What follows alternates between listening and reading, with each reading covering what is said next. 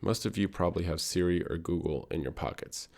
These digital assistants are given a woman-gendered voice by default, which suggests something interesting about how we've attributed gender based on cultural distinction. For a long time, women have been a go-to when thinking about assistants and secretaries, and now, even in an ever-changing social climate around equality, we still hold these assistants gendered as women in our pockets. Of course, you can always change the settings to be a man's voice if you so choose, but the presumption that it should be a woman's voice to begin with is the most problematic bit.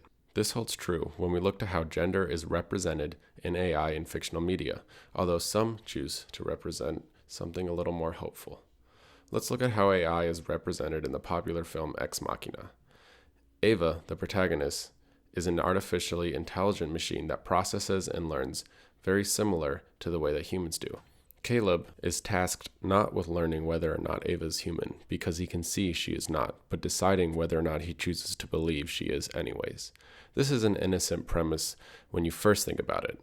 It could almost be a fun little rom-com. You know, the one, boy meets girl, girl is a robot, boy doesn't care, girl kills father and leaves boy to die in a room all alone. It's a classic.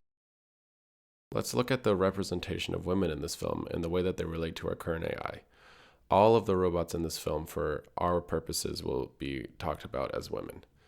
Ava is an experiment based on a porn profile of a man who is trapped to lust after her and feel sympathy for her condition. Her creator has been doing this for a while and has a closet full of women robots who are all made to be better than the last one.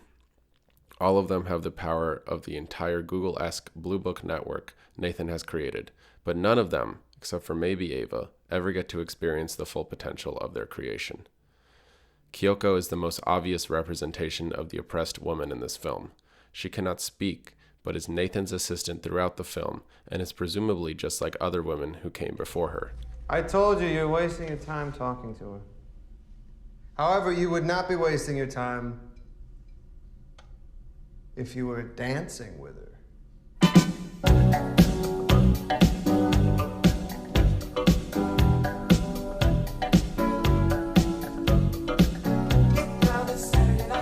Go ahead, dance with her.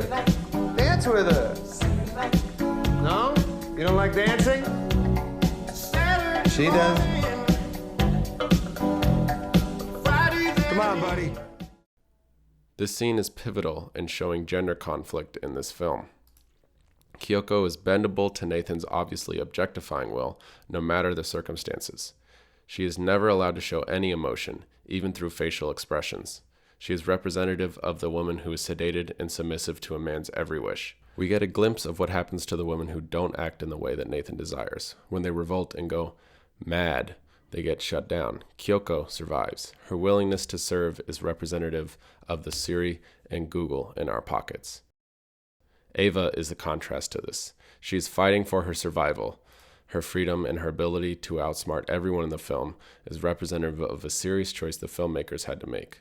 Ava could have escaped with Caleb, who is rather cruelly discarded at the end of the film by Ava, but instead she traps him in a room and leaves by herself. She outsmarts the men at every turn and becomes free, and finally sees a crowd of people and is able to explore the world uninhibited. She is the anti-Siri, the anti-Google, the anti-traditional cultural norm gendered AI.